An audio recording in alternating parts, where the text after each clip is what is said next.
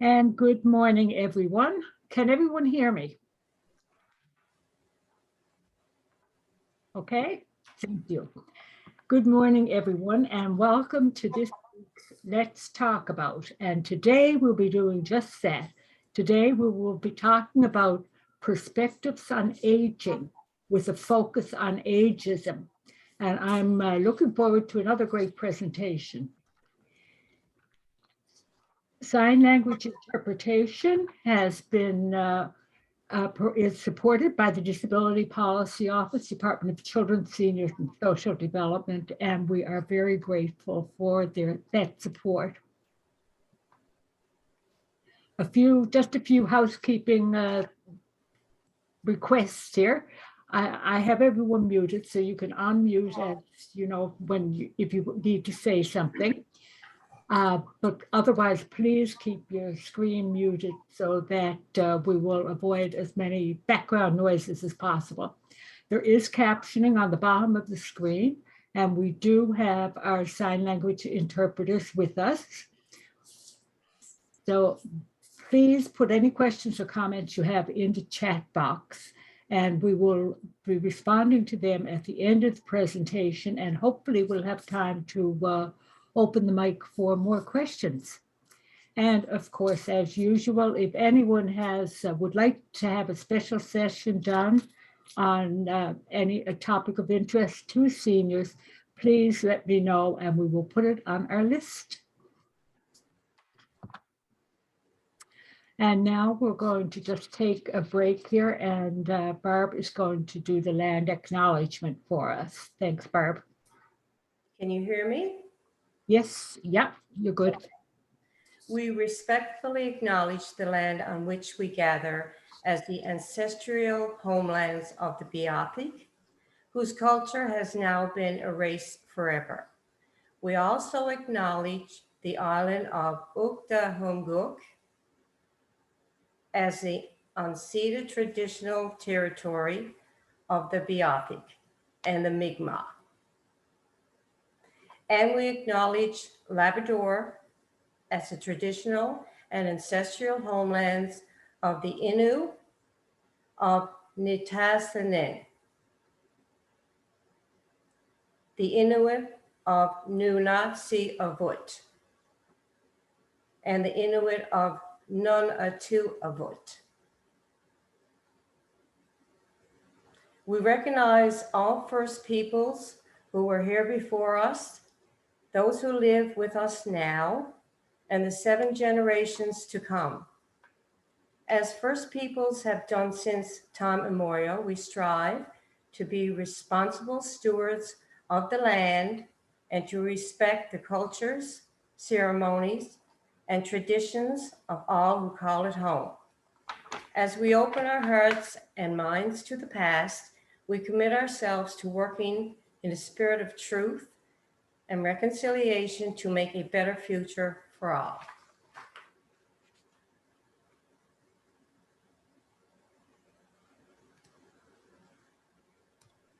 Thanks, Barb. Welcome. Today, everybody is June 15th, and June 15th is World Elder Abuse Awareness Day. It's designated by the United Nations as a time to build more awareness around the prevalence of elder abuse in our society. It is a day to provide an opportunity for communities around the world to promote a better understanding of abuse and neglect of older persons by raising awareness of the cultural, social, and demographic processes affecting elder abuse and neglect. Ageism is the stereotypes, or how we think, prejudice, how we feel, and discrimination, how we act, that is directed towards others or oneself based on age. Ageism is the most tolerated form of social discrimination in Canada. And when you registered for this session, actually, we asked you to respond to 2 questions. And the first question was, do you have a good understanding of ageism? we had 75 responses, and of those responses, 47 said they do have a good understanding of ageism. 25 said they weren't sure, and 3 said they do not have a good understanding of ageism. The second question was, can you recognize ageism if you see it? And there were 76 responses to that question. And of those 76, 46 said yes, they would recognize ageism if they saw it. And 25 said that they weren't sure if they would recognize it, and 5 people said no, they would not recognize it. And I find that's an improvement over past surveys on elder abuse that Seniors NL has conducted over the years. And that's an encouraging sign that more people are becoming aware of elder abuse. But we do need to continue the conversation so that more and more people build their knowledge of the topic. And I am pleased now to present today's special guest, someone we all know and love. Henry Kielley is a social worker from St. John's. He graduated with his Bachelor of Social Work in 2000 and his Master's of Social Work in 2008, both from Memorial University. Henry spent 10 years with Eastern Health, working frontline in mental health and community supports, but mainly in long-term care. Henry managed the long-term care single entry program for several years before joining government in 2010. And he has been with government since then, except for a year spent as manager of social work and spiritual care in a long-term facility in Manitoba. And Henry now works as director of the Seniors and Aging Division of the Department of Children, Seniors and Social Development, as well as Director of Adult Protection. And without further ado, we're going to ask Henry to show his slides. I'll take mine down and you can show yours. Thanks, Henry. All right, thank you so much and good morning, everyone. Sincere thanks for the invitation and the opportunity to be here. Can people see that one slide on the screen there, the title slide? Yes, yep, you're good. Awesome, all right, great. All right, so again, thank you so much for the opportunity, and it is World Elder Abuse Awareness Day, and certainly an appropriate day and an appropriate time to have a discussion about ageism. And to Mary's point, I think we have made some general progress, but there is still much to do. So my proposed agenda for our time together this morning, I'd like to make a few acknowledgements of my own, kind of some foundational ideas or comments to get us started. Talk about some perspectives and impacts of ageism, what informs some of those perspectives. So one of the impacts, of course, we know is violence towards seniors and older adults. And that's just one of the many impacts of ageism on an individual and on a societal level. We'll talk a bit about perceptions of age and aging. Again, where do these come from? We all have them, whether or not they're conscious or subconscious, and they come from different places. So without making this too much of a psychology class, I think it's helpful to spend a little bit of time reflecting on, I guess, our own perceptions and where some of those come from. We'll talk a little bit about some of the policy responses that are happening in relation to ageism, globally, nationally, provincially, and at the community level throughout the province. And also some opportunities. We'll talk a little bit about our individual and collective responsibility when it comes to changing the conversation on ageism. So that's my proposed agenda. And as Mary said, happy to entertain as many questions as we can. And my contact information is at the end of the deck. And I think Mary's going to share the deck. So you don't have to scribble and take notes, and you don't have to wonder about how to get hold of me after. So just a few acknowledgements, a few anchors, I guess, for our conversation this morning. First and foremost, we have to acknowledge the fact that ageism is a human rights issue. Like any other type of ism, it is discrimination against another person, and any type of discrimination is at its core a human rights issue. Ageism is a little unique in terms of other isms in that it's universal. So, racism is experienced differently, ableism is experienced differently, depending on someone's culture or circumstance. But ageism, we're all potential targets of ageism. We're all aging. If we do it well enough or long enough, we will be seniors or older adults. And we know, and the statistics bear it out, that so many adults over the age of 65 experience ageism. Important also to point out, though, that ageism is a lifespan issue. We do know that ageism is targeted towards different age cohorts by other respective cohorts. Personally, my first experience of ageism was in my 20s when I was starting my career and assumed, you're far too young to be at this. But it's certainly a lifespan experience. Healthy aging is a human success story. I think that's another thing that we need to acknowledge.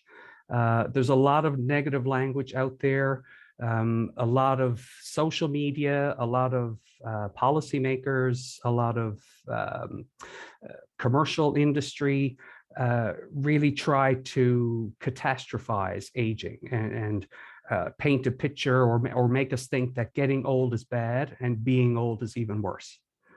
But on the contrary, our life expectancy is increasing. Advances in social and medical treatments improve life quality for many of us in the world, not all of us, of course. But all of these factors have contributed to longer life.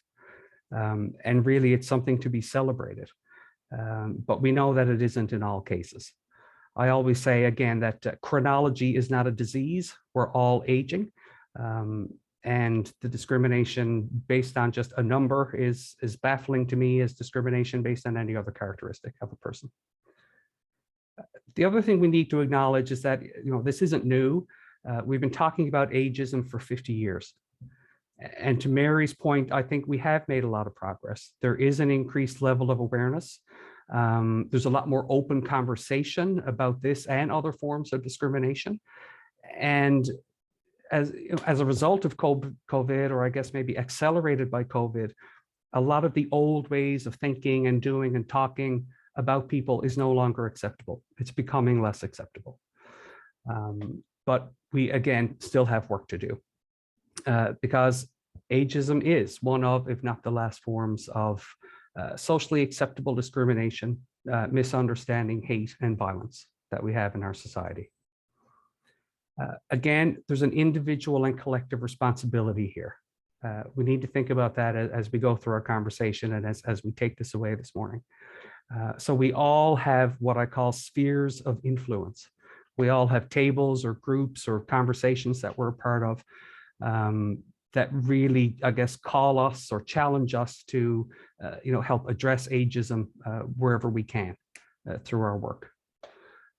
And individually, I think that responsibility comes back to, again, thinking about, that self-reflective piece. How do I feel about aging? What do I think about it? Where does that come from? And is that the way I want to think and feel about aging? The last, I guess, general acknowledgement is that for all of us, perception creates reality. So I don't have a land acknowledgement, but in this conversation, I have to acknowledge my white maleness, the level of privilege that I come from in my life. I'm not a senior yet, again, but I have experienced occasion of ageism and been party to a lot of conversations where ageism has been present. But again, for all of us, we all have perceptions, conscious or otherwise, about this and every other topic. And getting in touch with that sometimes can really help us think about or give voice to why we feel or think a certain way about this topic. Wanted to include some stats. Research shows that 96.7% of people enjoy statistics in presentations, so always helpful to include. I will also warn you, though, that 42.6% of stats are made up on the spot, so that's a bit of a warning too. So I just wanted to share some of these numbers. We can see here in the last 20 years, some of the changing demographics in the province. So for the cohorts, we've seen a decrease in younger cohorts and an increase in the cohort of individuals 65 and older. In the next 20 years, we can also see the trend where, again, the younger cohorts will decrease, and we'll see a further increase in the older cohort. And this is significant for a number of reasons. Certainly, if we think about ageism and senior abuse just as a mere reflection of the numbers and changing demographics of the province, we will see increased reports and instances of senior abuse, elder abuse, violence against older people. It also has implications for the way that we structure our communities, the way we deliver healthcare and other services. And we'll talk a little bit later about the health accord, and that gets at some of a systems response to this shifting demographic. Again, these numbers also kind of underline where some of that negative speak comes from. And again, we don't have to look too far in the media to see examples where we talk about the aging population crisis, or the burden that older people are putting on the system, or the dependency ratio that says, if you're over 65, now you're dependent on someone under 65 for financial or other well-being. And all of these, facts by themselves are really, unfortunately, the ammunition that people use sometimes to justify discrimination against older people, either individually or just as a cohort in general. Right? We saw through COVID, one of the nicknames for the COVID-19 pandemic was the boomer remover. Right? So there's, you don't have to look too far to see examples of, where these numbers are used against us sometimes. So of course, we're all familiar with what ageism is. Foundationally, the World Health Organization provides us with a pretty sound definition. It's important to think about the pieces of this definition, though. As Mary alluded to earlier, ageism is manifested in actions, in attitudes, in feelings, at the individual level, through institutional policies. So it's very much a complex issue. And even though it is universal and it is acknowledged, it's also very insidious. It's also kind of crept its way in and around all of our systems and a lot of our policies. And on doing that, changing the conversation and removing that discrimination, sometimes it's like unsteeping a cup of tea in some ways. It's hard to change some of the fundamental attitudes, but that's really what it's about. So again, if we think about some of the different facets or types of ageism, certainly we see institutionalized ageism. And this can be policies that are, for a particular age cohort, a practitioner who, based on age, will decide one course of action for someone versus another for the same condition, just a different course of action based on age. We can see interpersonal ageism that can happen in social interactions. Internalized ageism, which we don't talk a whole lot about, but again, over time, if we're bombarded with messages that are negative, we start to internalize those messages. And we start to think, well, maybe I am not as vibrant a member of my community because I'm old. Maybe I shouldn't be taking up the doctor's time about that. Maybe it's not a real big deal that, I have a big house and it's too big and I need to downsize, but who really cares? So it starts to change the way that we perceive and value ourselves, which is probably one of the most alarming pieces of all of this. Ageism can certainly be hostile or benevolent. It can be, very discriminatory, very overt. Sometimes it can be done with the biggest kind of heart. And we'll talk a little bit about paternalism a little bit later as one of the byproducts of ageism. It can be very explicit, again, like a verbal attack or, a very overt If people are aware of their own discriminatory thoughts or attitudes towards aging, that can be explicit or it can be implicit. We may not even realize it. Are we using inappropriate terms of endearment with older people? Are we assuming a lack of ability or other sensory deprivation because someone happens to appear to us to be older? And again, it's cognitive, it's affective, and it's behavioral. So we have thoughts about it, we have feelings about it, and we act on those thoughts and feelings. So any conversation or any type of campaign or any type of, I guess, remedy towards addressing ageism, I think also has to consider those elements. And it has to contemplate, changing the way people think, which will hopefully change to the way people feel and then ultimately how they behave. So again, just the piece around the self-directed ageism, and the World Health Organization certainly acknowledges this as well. So it's when those ageist attitudes are turned towards ourselves. And it does have implications for how we perceive ourselves and the world, but as well as what type, if any, of supports and services that we seek as we get older and our needs change. So just a few perspectives on ageism. And again, we all have perspectives on ageism. And these are just some of the ones that have caught my attention in my work and my research. One of the better definitions I saw for it comes from 2005, where it's described as prejudice against our feared future self. So again, consciously or subconsciously, we equate age, older age, getting older, in many cases with losses. And that's not untrue. Things do change. Our circle of friends changes. Again, we can have physiological and sensory changes related to age. We have employment changes.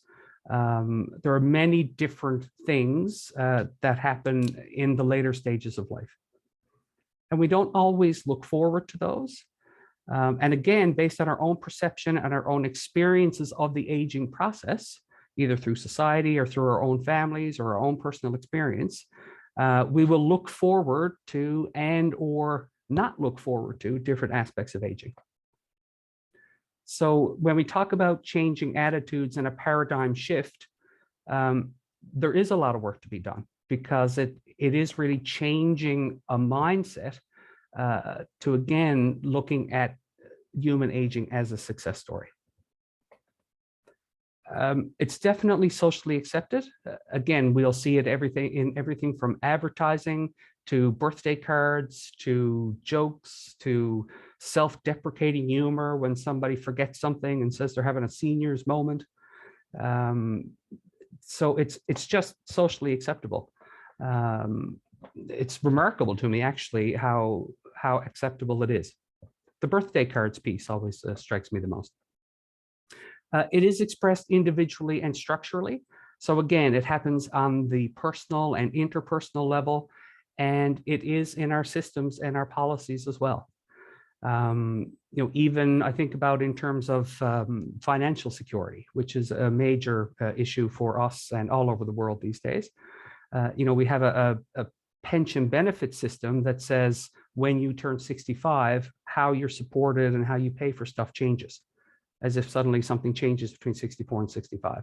So we see that, and there are those structural examples of ageism where we have arbitrary rules, criteria, and limitations put on things, again, just based on how long you've been on the planet. A lot of the research on ageism to date has focused a lot on the psychosocial impacts on the person. There's also been a lot of concern in the literature, again, negative talk about population aging and concern about the labor market. Right now, we know in this province, for instance, for every one person entering the labor market, 1.5 people are leaving. And again, I did social work, so I wouldn't have to do math, but even I know that that's not a sustainable formula. Hence we see governments focus on immigration, on retaining and recruiting older workers back into the labor force. And we do see seniors either staying attached to or rejoining the labor force due to choice in many cases, but a lot of times by circumstance, because again, people can't afford to not work. And more recently, there's been more of a focus on the whole idea of social inclusion.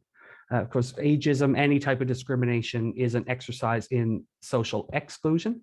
So very much a focus on, if we're all citizens of a community, what are the multiple types of, I guess, hate or discrimination that exist, and how do we address those? And again, ageism, particularly the internalized ageism, can negatively impact our experience of the social determinants of health. And we'll talk a little bit about those. But basically, it's all of the different things that make up who we are. All of our nature, nurture, all of our physiology, but also our culture and our circumstance that make us up. So if ageism, if those can negatively impact our experience of those determinants and result in poor health outcomes. And there's even literature to suggest that, prolonged experiences of ageism can accelerate death. So some of the impacts on ageism, and again, these aren't necessarily new, but something for us to contemplate and to take away and talk about. The impacts of ageism can be very personal. Again, if someone's self-esteem is affected, their sense of self-worth, we talk about dignity of persons. If I, as an individual, have no self-worth or a damaged or reduced sense of self-worth, I'm not engaging with others in the same way. I'm not seeking participation in my community. I'm not proactively worried about my physical or mental health. I'm not necessarily reaching out to waste my doctor's time to talk about things. So all of these are really red flags for ourselves and the people around us as well who might be experiencing this. Can be very traumatic as well. Again, can change your whole outlook and your whole mindset. And can be invasive, affects all areas of life, from whether or not we would go for that job or take that appointment or look at that new apartment or try that volunteer experience. Again, poor mental health and physical health outcomes. The impacts of ageism are also intersectional. So again, as humans, we don't just tick one box. So oftentimes, if someone's experiencing ageism, they may very well also be experiencing ableism or racism or other types of hate or discrimination based on any number of factors, socioeconomic factors, you name it. So it's a bit of a false exercise, I think, to just consider ageism or just consider, because again, we don't live in bubbles. We've worked hard for many years to put ourselves in silos, but I think that's changing too. And as humans, we aren't silos. So we're very intersectional. Again, ageism has led to an increase in abuse and violence against older adults. Nationally, the statistics bear that out. Here provincially, we're seeing increases in reports under adult protection, and I'll talk a bit about that as well. So the numbers bear it out. There are economic impacts, again, through lost work, through increase in medications for anxiety and depression, for increase of recreational use of drugs or alcohol as an escape. There are many economic impacts to ageism. And sometimes, unfortunately, the decision makers need to see the numbers and see how it affects them economically in order to pay attention. Certainly pervasive across systems, our education system, our health system, community services, you name it. There are examples of ageism throughout. And again, the impacts are cognitive, affective, and behavioral. So our response to and our education around it also has to address all of these factors. And again, if you can regulate behavior through punishment for bad behavior or criminal offenses in relation to, you can change behavior, you change the way people, eventually you change the way people think and feel, but sometimes it's behavior first. So I mentioned this at the outset, one of the issues or one of the byproducts or expressions of ageism is paternalism.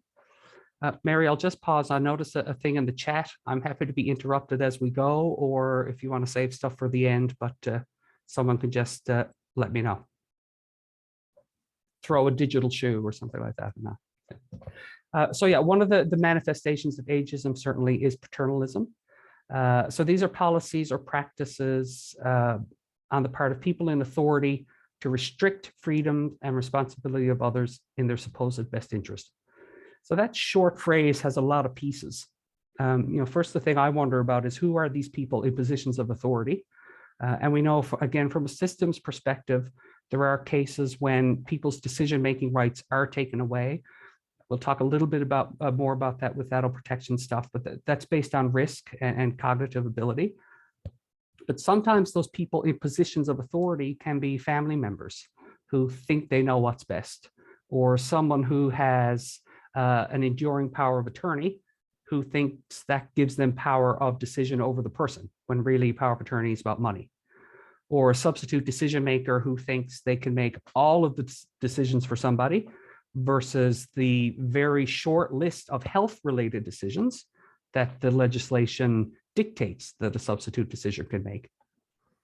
The other piece is, if we're restricting freedoms, we say sometimes it's in people's supposed best interest, which does, and it's kind of a rhetorical question now, but people don't have to answer, but if it is in someone's supposed best interest, are there times when it's appropriate to be paternalistic? But again, I think it's a balance of autonomy versus protection. So some manifestations, or what does paternalism, or what can it look like? Again, I won't touch on all of these, but certainly, speaking for someone else, assuming that the person cannot speak for themselves. So many times in my short career, I've sat in a room with an older adult and family members and tried to engage that older adult in a conversation, only to be repeatedly interrupted by the other people in the room answering for the person. So having to acknowledge it, very much appreciate your input on that. And I'll come back to that once I hear from your dad or hear from your mom. Equating reduced cognition with incompetence. And we see that a lot in our system. Well, so-and-so has a diagnosis of dementia, so obviously they can't decide where they live, or obviously they can't live independently anymore. Or this person has acquired an age-related disability, so, well, obviously they have to move, or they can't drive anymore. So we jump to conclusions. Again, never judge a book by its cover. We do that on a day-to-day and an hourly basis in our lives. And we do reach conclusions about people based on these things. Again, equating some deficits with global deficits.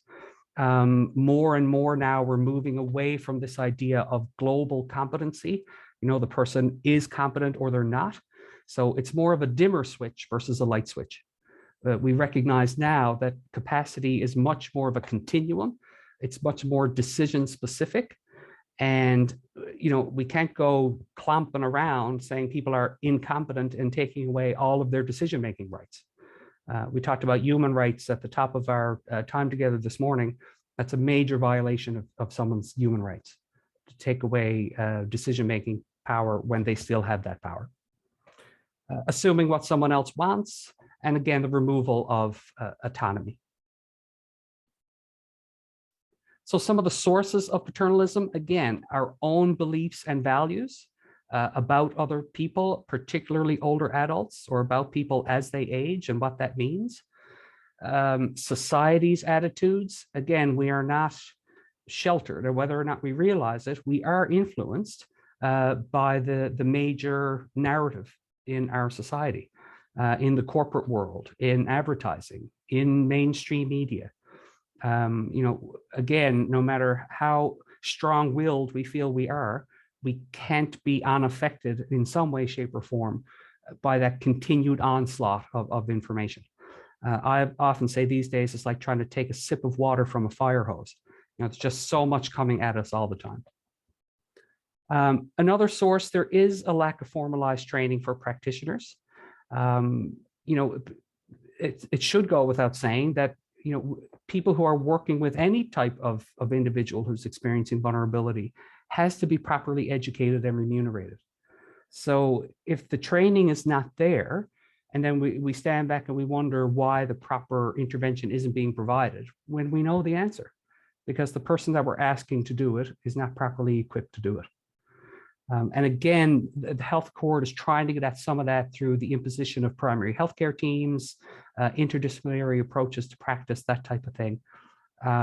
But we haven't fundamentally changed the way that we've been doing things for the last 40 years. So it won't change overnight. Family conflict can be a source of paternalism. Again, assuming that we know what's best, a differing of opinions between siblings that often exclude the older adult.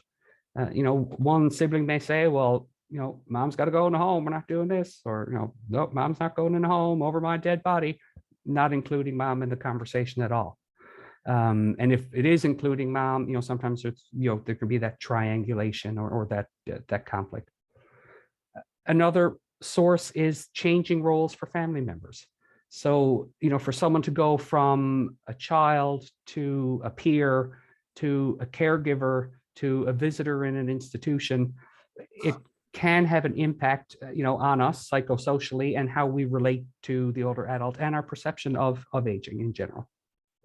And if you're the person who's going through that and going into that institutional care, that change in relationship with family can be very difficult as well. And it can be another source of loss. Also, system demands and resources. Unfortunately, a lot of the things in our systems are rushed in the interest of clinical efficiency. If it's the doctor who's doing, one visit, one issue, or the social worker who has to see 10 clients this week. So how much time can they spend on each individual person? And that's not being critical of clinicians, and it's not the fault of any one person. It's, I think, the way that we've kind of set our systems up sometimes to make it more about quantity than quality. I always say that, any relationship takes time to build, as does the clinical or therapeutic relationship. And, as clinicians across disciplines, these folks aren't always afforded the time that they want. And that has impacts on the caring relationship as well. Thankfully, this quote is about 70 years old. Came across it in an old nursing textbook from the 1950s. And it was a training text for nurses who were going to go into nursing homes and look after older adults. And it struck me as very alarming at the time that we'd even need to write that. But as I think about it 70 years later, when I think about Canada's track record coming through COVID-19, the number of deaths in long-term care as a result of COVID-19, I'm not sure what's radically different. And I think it should be a source of shame and concern for all of us, again, individually and collectively, but also a call to action to really, again, change the narrative. So I wanted to spend a little bit of time, again, talking about some of our perceptions of age and aging. This image has been around for a long, long time. People may be familiar with, contains the dual image of a younger and older person. Again, you'll get the deck later so you can study it in great detail if you can't see them both at the moment. So our perceptions of aging, first and foremost, again, as I said at the top, our perception creates reality. Our experiences, everything we've read, everything we've done, everyone we've met, the experiences that we have form our opinions and our perceptions of things, aging included. Advertising, we talked about that constant message out there, the anti-aging industry, look young, feel young, be young. For me, the only thing that the anti-aging industry is really, it doesn't defy aging, it defies logic to me, because again, it's chronology. And aging is part of the life cycle. Our own family life, the relationships we've had with older adults, if those have been caring, if those have been conflictual, depending on the nature of those relationships, that flavors our thoughts and perceptions as well. Our culture, we have very diverse culture. We had land acknowledgement at the beginning, and cultures vary in terms of perceptions of age and aging. In Indigenous cultures, it's a particular way. In our Western world, it's another way. Other parts of the world, we can see other examples. And as our population here becomes more diverse, and as we have more new Canadians come to the province, culture is playing more and more of a significant role in how we're having this and a lot of other conversations. Beliefs about end of life.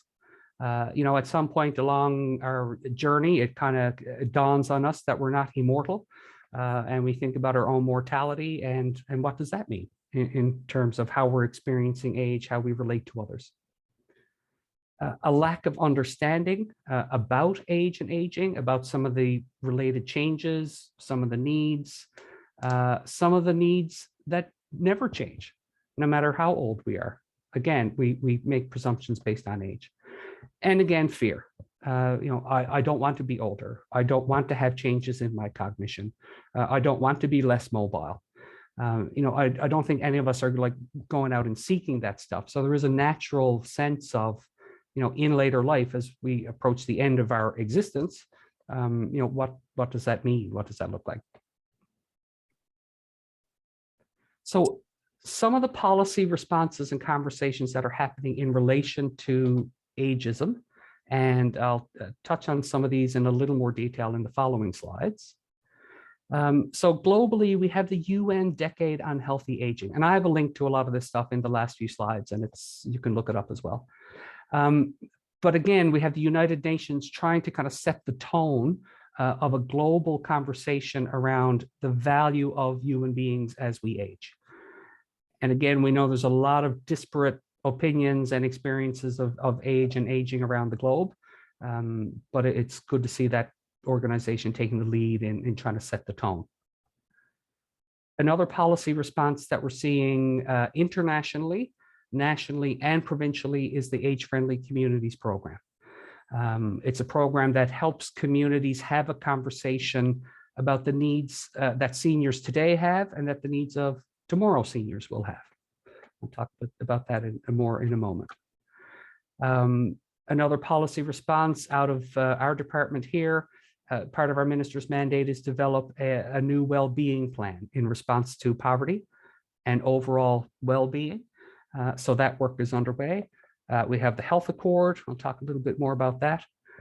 We also have different pieces of legislation in the province that try to get at, I guess, human rights or the autonomy or equity of persons, regardless of age, to be protected or express their rights.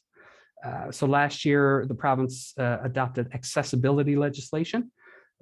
So from that, there will be standards of accessibility developed. Government put a call out for public members for a disability standards advisory board. So that's going to be an interactive piece of work. The Adult Protection Act, which is another part of my world, and I'll talk a little bit about that, but it's a piece of law in the province that protects adults from abuse and neglect. We have the Advanced Healthcare Directives Act that gives all of us as individuals to express our healthcare wishes in writing if there ever comes a time when we can't do so for ourselves. So we encourage people to do that as much as they can. And also the Enduring Powers of Attorney Act. So again, if I want to say in how my money is managed when I can no longer say so, that's what that piece of legislation can help with. And we'll talk a little bit more about some of these. So touched on this earlier, all of these policy responses, all of the talk about health, all of us, who we are as individuals, all comes down to a lot of these factors here.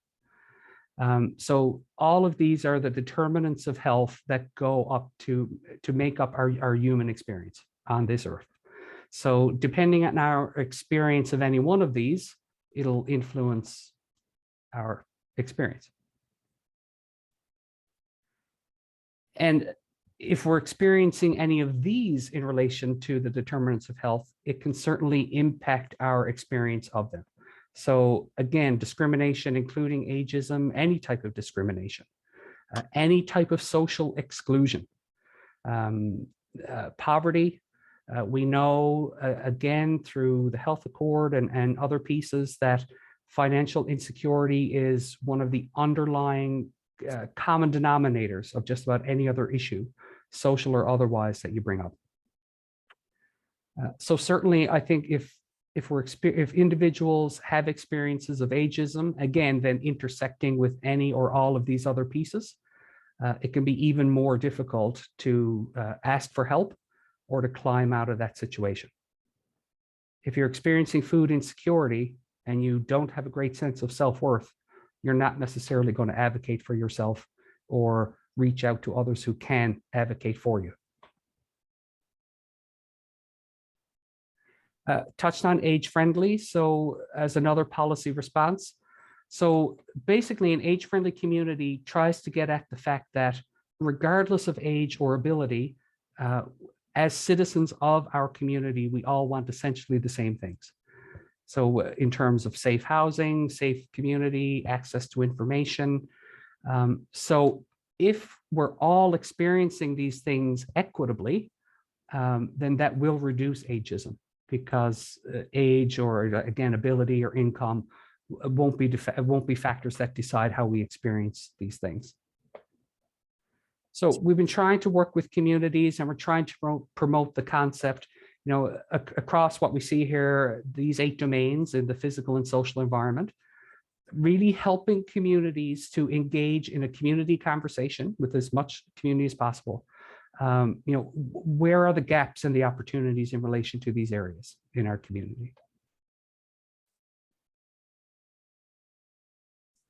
So the benefits, kind of self-explanatory. Again, if an age-friendly community, again, is really inclusive of all of us, it's based on the principles of universal design, and it supports all of us to age in place, which is a term that gets thrown around at all kinds of levels of government. But it's really, if I want to stay in my home or in my community for as long as possible, what do I need to think about individually? And what does my community and my province need to think about from a systems perspective to help me do that? This is an aspirational concept. No one's going to argue with the fact that we shouldn't all be able to age at home as long as we can. But then the real, where the rubber hits the road is, how do we actually support that to make it happen? The Health Accord I mentioned, if you're not already familiar with the Health Accord, I would implore you to please become familiar with the Health Accord. The report was released to government a month or 2 ago. The blueprint document is, I think if it's not already released, it's about to be released. But really what the Health Accord proposes is a fundamental shift in the way that we deliver health and social services. Again, looking at the fact that, the last time our system was really refreshed, our population pyramid looked very different. And now we need more of a focus on older cohorts, on chronic disease management, on aging in place, some of those other pieces that are reflective of what our population looks like right now. So please pick up the report and read it if you haven't already, and subsequently look at the blueprint document.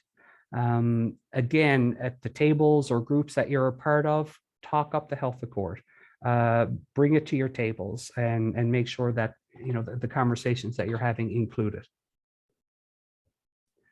One of the working groups, there were several that supported the work of the Health Accord. One was the Population Aging Working Group, and I had the privilege of being a part of that group with many other people from throughout the province.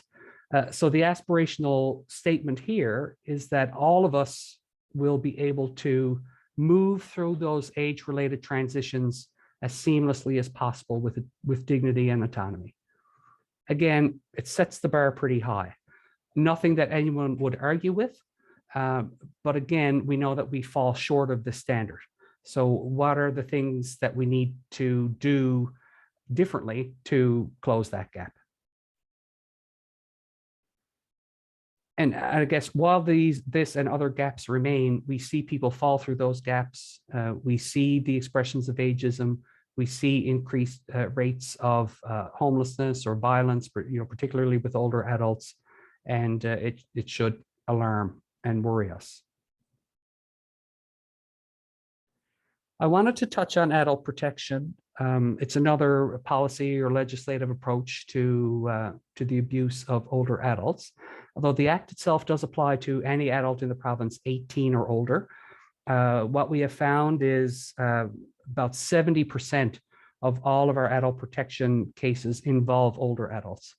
I think that's partly a function of the demographics of the province, but it's also a function of the fact that older adults are more of a target, particularly through COVID and financial restrictions and lockdowns and everything else. These problems didn't come about because of COVID, but they were certainly exacerbated and I guess highlighted as a result of COVID. So under adult protection, we all have a legal obligation to report if we think that an adult is being abused, neglected, or is self-neglecting. I guess the gap with adult protection is that it's narrow in focus. So it does address abuse, neglect, and self-neglect, but it only applies to adults who don't have the capacity to understand or appreciate the risk. So that leaves out all of the other adults who are able to understand and appreciate the risk. So really, abuse and neglect in those matters and adult protection matters are ultimately criminal in nature. But like all of us, if I'm being abused or if I'm being neglected, I have the right to refuse service. I think if we're aware of adults who are experiencing that, it can be a very complex situation. It's good to try to support that person, talk to them, try to say to them that it's okay to not be okay, while at the same time respecting the complexity of their situation. Because if someone who's abusing them is in the family or is in a caregiver role, having that independent relationship, it can be very, very awkward and shameful and difficult and scary to put up your hand and say, my son is abusing me, or my daughter is robbing money from my bank account. So it's very difficult to come to a point where you realize you need help, and then it's exponentially more difficult to reach out for that help. So again, I think it comes down to that collective responsibility again to, as citizens in our communities, to be watching for people who may fall through those cracks. We know that abuse of older adults goes underreported. Not many people are waving their hands and saying, oh, please count me among the vulnerable and the isolated. We have to seek those people out and very gently invite them to, not be as isolated or disconnected. So again, the Adult Protection Act, it is narrow in scope because we have to determine whether or not the person lacks capacity to understand or appreciate the risk. And earlier I talked about decision-making ability. So under this act, we are very specific. What is the risk that, what is the decision that's putting the person at risk that we are really kind of worried that they don't understand or appreciate? And then there's a team process that really kind of assesses and gets at that. And ultimately we have to satisfy a judge at the end of the day to say, look, everything else that we tried to do to mitigate the risk has failed. We don't think this person should be allowed to make this decision anymore. It should be this person, and here's clinical evidence as to why. So it's a very involved process. So we have, again, since this act came in, less than 7% of reports have actually had to go to investigation. And even less, again, have resulted in a declaration. So at the moment, even though we've had close to 2,000 plus reports from throughout the province in the last 6 or 7 years, there are currently only 5 adults in the province who are under my care and custody as provincial director. And really speaks to the good work that happens, I think, within families, within communities, within health systems to get in and assess and support and mitigate the risk. So I think that's a bit of a testament to that good work. So wanted to think a little bit about opportunities for us to be, to challenge ageism, to be a part of the conversation, and to be, I guess, be part of that movement that's changing the narrative. So again, what is my sphere of influence? We all sit at tables, we have committees, we have families, various circles and opportunities to raise this and to challenge it when it comes up. And just to talk about it and to, I guess, normalize the aging experience. and to take some of the fear and the mystery out of it, I guess. Some other opportunities to actually get involved. In Canada, we do have a National Seniors Council. Closer to home, we have a Provincial Advisory Council on Aging and Seniors. And just a little shameless plug, in the coming months, a number of members of that council, their term is ending. So we will be looking for new members on that council. It's a 13-member council from throughout the province, and it basically exists to give advice to the minister on seniors and aging issues.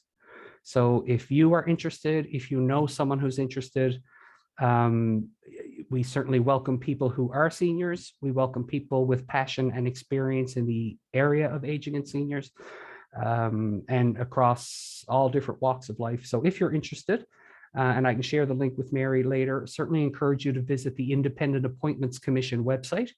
And there's a place there to indicate your interest in that or any other variety of different committees. There are public consultations and town halls. Some of you might have been part of the exercises with the Health Accord. Coming up in the near future, the department here is going to be leading consultations around a new provincial well-being plan that's going to address some of those social determinants of health. Very much implore you and encourage you to watch out for that and have take the opportunity to be involved and have input, either as a collective or as an individual. Another consultation that's coming up in September is very timely again, is a national consultation on ageism. So the Federal Provincial Territorial Forum on seniors is going to be conducting various forms of consultation throughout the country. St. John's is one of 7, I think, areas that's hosting a virtual roundtable. So there will be invitations coming out for that, and we're looking for, again, as many perspectives as possible. We're limited in number, but that roundtable will only be one opportunity. There's also opportunities for groups to do self-guided. There's a discussion guide, etc. So there'll be, and there's there will be a portal for public input. So lots of opportunities, accessible opportunities for all of us to have some input into that ageism consultation. Age-friendly communities. Again, this is a movement that's global. It's been here in the province since 2009. So we have various provinces at various stages of doing this work. Your community may be one of those, or you may be a part of or aware of a community that's part of it. If your community isn't a part of it already, again, encourage you, lots of information, again, links at the end of the deck about what an age-friendly community is and how to start the process. There's the Newfoundland Labrador 50+ Federation. Again, it's a very strong network of more than 130 seniors clubs throughout the province. I think they're probably up to about 7,500 members now. Another way to get involved, largely an organization with a social engagement focus, but also has an annual general meeting, advocates to government for policy changes, and is involved that way. Certainly Seniors NL, and the reasons why we're here this morning, Seniors NL and the Provincial Network for the Prevention of Elder Abuse. Obviously, you're all aware of Seniors NL because you're here, but certainly encourage you to spread the word about the great work that Seniors NL does, the toll-free number, the outreach, the peer support throughout the province is an absolutely incredible service, and not wanting to swamp their phone lines or anything, but the more we can promote that line and the more that people feel comfortable using it, I think the less isolated and more connected seniors will feel. So that's important. There's also Older Workers NL. See that Mike is on the call this morning. This is a group that's looking at that whole issue of the engagement, attachment, and reattachment of older adults to the labor force. It's a group that very much supported the Office of the Seniors Advocate a couple of years ago when that office did a symposium on older workers. So again, as we think about the labor force and older adults' attachment to it, there are ways to be involved and to be a part of that conversation.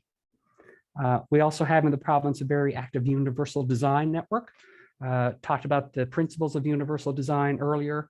It's essentially a set of 7 rules that guide us in how to make things in the physical and social environment as accessible to as many people as possible.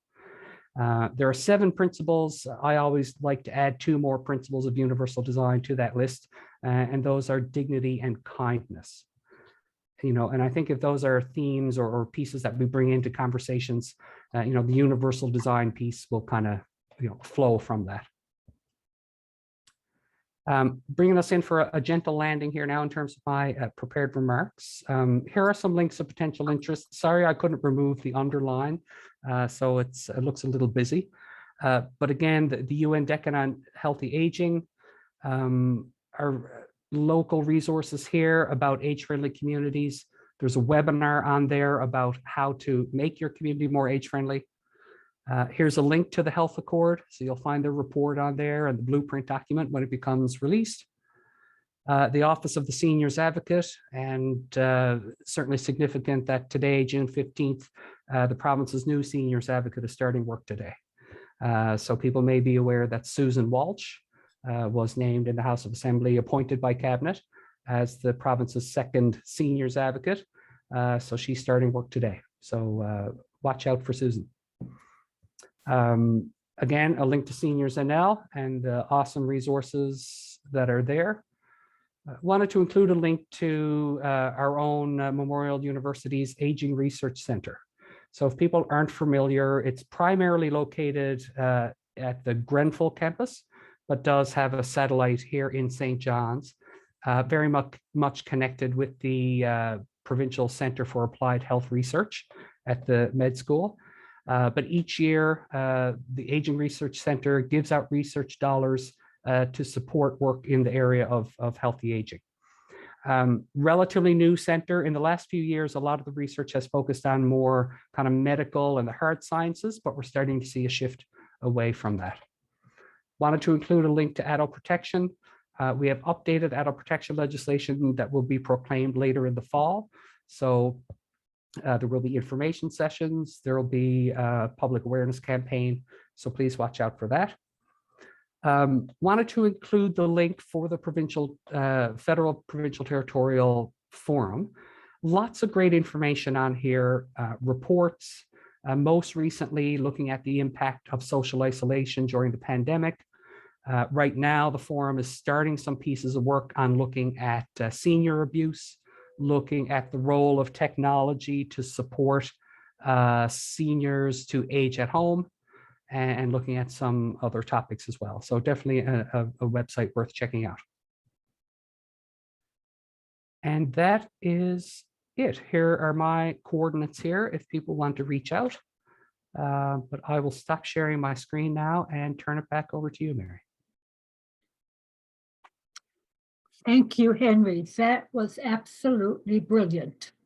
You've managed to pull all facets of ageism together and make it clearly understandable to everybody. It was great. Thank you so, so much. We still have time here if anybody wants any questions. There were no questions in the chat. And I think that's because everyone was so enthralled by what Henry was saying that they didn't want to take any time at all to, refocus their attention even for a few seconds. Does anyone have any comments, any questions now? Any thoughts on ageism? And a couple of things Henry said there really struck home to me. And one of them talking about regulating behavior. And I really believe in that, I mean, if there was good, strong legislation and policies in place for good things to happen, yes, there's always going to be people complaining and there'll be maybe backlash. But over time, as long as the policies are upheld and the legislation upheld, over time, people just get used to it. They move on to new things. And then we start to do things, right, good things, without even thinking about it anymore. The example I always think of is like it used to be a foreign concept to wear a seatbelt in the car. and now it's, you know, it's the law, and it's people don't even give it a second thought, right? So like it is a process. You have to legislate and regulate and educate, and that rhymes, so it must be true. But yeah, it's at that three-pronged approach, right? Yeah. Absolutely, absolutely. Yeah. And the other thing, you know, we got to remember, like, well, most of us, when we talk about ageism, we are referring to ageism as applied to older adults, to senior citizens. But, you know, it does apply to all ages. I can be out sometimes and doing a presentation on elder abuse or ageism, and someone will say, you know, pass a comment about, well, those young people, you know, but I mean, that can be ages too. So just keep that in mind. We all have to be nice to one another. I think for me, that was one of the pieces that I kind of took from what Henry talked about, because I hadn't really thought about ageism in terms of younger, but it makes perfect sense. Once you hear it, you can kind of connect to it. Yeah. And I think we all have to take opportunities to challenge and confront ageism when we see it. And I'll just give a little example. I was in the mall a couple of months ago, and I was into a store, and there was two young guys working behind the counter, and they opened up a box of something, whatever it was that store, like where they sell the stuff you see on television. I forget the name of it. And anyway, I'm walking around the store, and one young guy says to the other, "Oh my God, this smells like old people." The box that they had just opened, right? So I walked back down to the counter, and I leaned in, and I said, "Careful, your ageism is showing." And they looked at me like they didn't know what to say. And they just kind of said, sorry. And then one went back to the back room, and I'm sure was thinking, how fast can we get her out of here? But I think, you know, that until we start kind of doing that and pointing that, and even, I mean, I look at my grandchildren who sometimes will make comments and say things, and I'll have to say, come on now, this is what you're really saying with that. So I think we all have a role to play. Good for you. That's a really, really good reaction to comments like that. Thanks, Diane. And what you jogged my memory to put in another shameless plug, actually. We know that intergenerational activities are one of the best tools to address ageism. So like certainly through our department, we have a grant program called the Senior Social Inclusion Initiative that's going to be opening up later this month that has a particular focus on intergenerational activity. But also the department is in the process of developing a provincial guide to intergenerational activities. So there will be a public engagement piece of that as well. So certainly would encourage you to watch out for that. And there will be an opportunity for public input in terms of what that guide may look like. So thanks. That's great. That's lots to look forward to. There was a group, actually, we had them on a couple of 2 or 3 weeks ago, the All School Intergenerational Projects. And that's a nonprofit organization that's just getting started up. And they have all kinds of things, you know, planned for bringing the generations together and engaging them in activities, mutual activities. So that's something else to keep our eye on.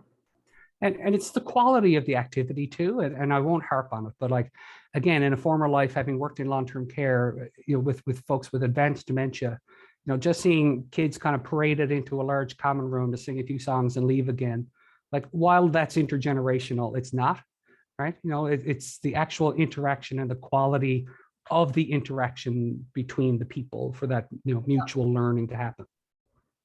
Yeah, exactly. Anything else? I'm just going to put up a few more slides here. And Mary, before you get started, there is a comment, as Kielley, a comment in the chat section from Josephine. She says, yes, I have had experiences working with seniors cases where neglect was a concern. However, the autonomy and capacity to make decisions were considered while the client was provided options to reach out, and their report of neglect, the surrounding circumstances and personal situation were continued to be monitored with the perspective of the individual. Their situation was considered at all times in the decision-making process regarding their particular case. Excellent and important example of how we can't always barge in and assume people can't decide for themselves. We all have the right to refuse service. We all have the right to live at risk. We all have the right to make bad decisions. Thankfully, I've made a few bad decisions myself. So that's great. And even though the person may not want to be living like, the way we would live, we have to start from a place of, presuming capacity and respecting that autonomy as fully as we can. So that's a great example. Yeah. Henry, I have to say, you're getting a lot of comments in the chat that it was an excellent presentation. Of course, I'm not surprised. You hit the nail on the head at every single thing. I certainly appreciate, and I hope everybody does too, the interconnectedness of everything. Looking at elder abuse as an isolated thing, that if you don't include the things around us in terms of where they live, how they live, who they're connected with, who they're not connected with, who we as service providers or family, friends, what we can do, how our communities can do it, what we can bring to the table in terms of age friendly, in terms of intergenerational. I think, rather than, I think you pretty much said, let's take all these parts and put them together as a whole. So I think we have a good variety, I think, of people here today that probably see, when I have a role, I am part of that puzzle piece that when we put it all together, we become a really strong community that supports everyone. So I want to thank you very much for your presentation. Yeah, your accolades are continuing and your praises are continuing to flow in here, Henry. Good job. We'll have to put them all together and send them. There you go. Sounds good. Okay, this session, as you know, is recorded, and we'll be sending out the link to the recording on YouTube. We will also send out any links or anything, any information like that was provided in the chat. I know that Kielley put up a few posts there, so we'll send you those as well. And right now, I'm just going to go through a few last things.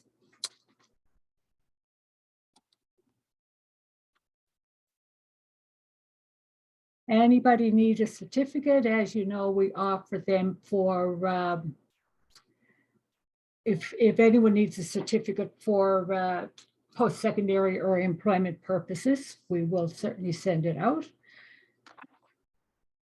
The Network for the Prevention of Elder Abuse, that's the Newfoundland and Labrador Network for the Prevention of Elder Abuse is a very important part of Seniors NL. And through our Seniors NL website and its email listserv, webinars, and other events, the NLNPEA helps to connect those working to address and end elder abuse. You can also, if anyone would like to be a member, just let me know. My email address is at the bottom, and I will be sending that out as well. There's also opportunities to be a friend of Seniors NL, and that again, that actually is an intergenerational opportunity to engage people of any age in the well-being and independence of older adults. Friends of Seniors NL are given business cards to distribute. My lights went out. To distribute to those that they think could benefit from our information and referral service. And they don't have to know a whole lot of things themselves about what's available or where to go. Just pass our business card and the person can connect with us directly. And coming soon to Let's Talk About, we're going to have a session next week on Activate Learning, empowering adult learners through free life skills resources. And that will be next Tuesday, and invitations will be going up for that. And the week after, we will have someone else from Henry's office to speak about the Adult Protection Act. And I want to thank everyone for your participation today. Any final words from anyone? Okay, thanks so much. And keep on the lookout for our next announcements. Bye, everybody. And thanks again, Henry.